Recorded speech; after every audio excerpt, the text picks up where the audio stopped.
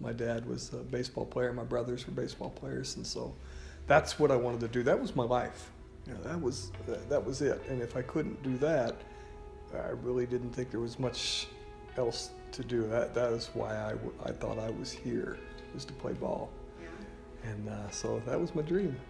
So you dreamed to be a professional baseball player? At least to the college level, I think, because of what my dad did and my brother did at that level. It was almost, felt like a given that I would make that level, because it was really good, younger, and getting older. It was working out, and everything was cruising along. And I thought, this is it. This is what I'm gonna be. I'm gonna be a ball player.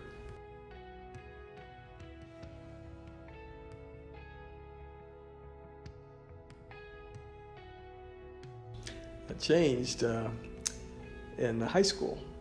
I was diagnosed with limb-girdle muscular dystrophy on my 16th birthday in the hospital.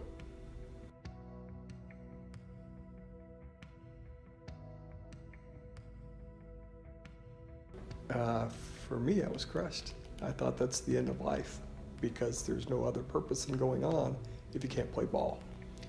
And I thought a lot about it, and I didn't hear a voice or anything, but it became clear to me that we didn't need another ball player.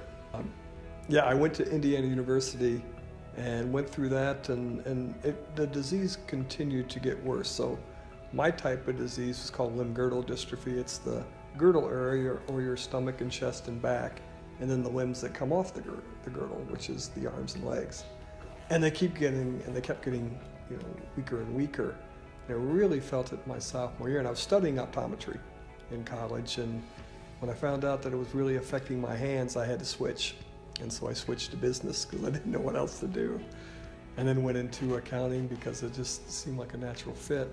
And I came to the current firm in 2002 and have been there ever since. And the whole thought process really changed as to going away from really being self-focused to being others-focused.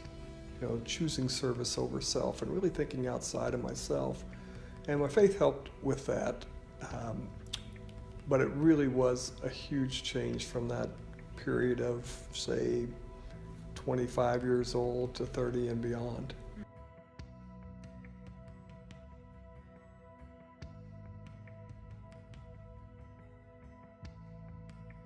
I guess my dad was on the board many, many years ago of MDFF.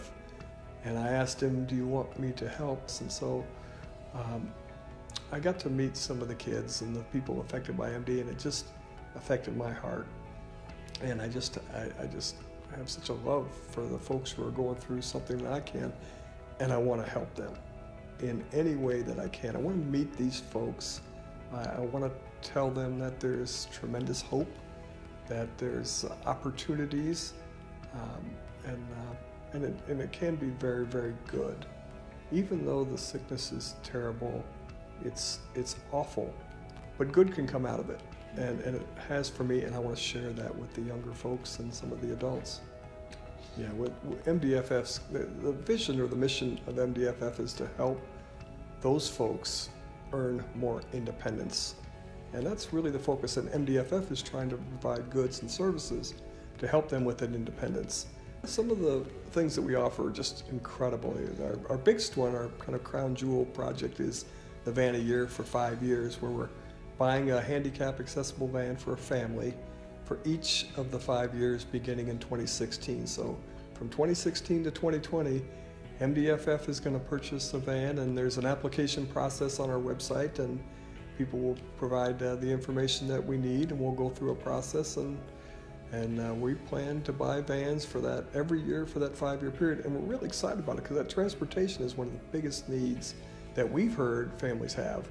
The kids just, they get down and depressed because they can't get out of the house. They can't go to ball games. They can't go anywhere. And if we can get them some transportation, then, so that's what we're working on. So that's kind of the crown jewel. But over the last 3 years that I've been involved, we've provided a lot of things. I can think of doors, electronic doors for people.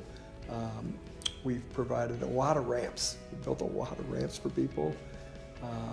A lot of resources for bathrooms, bedrooms, kitchens, Whatever the need is, we want to hear about it and see if we can provide the help that they need.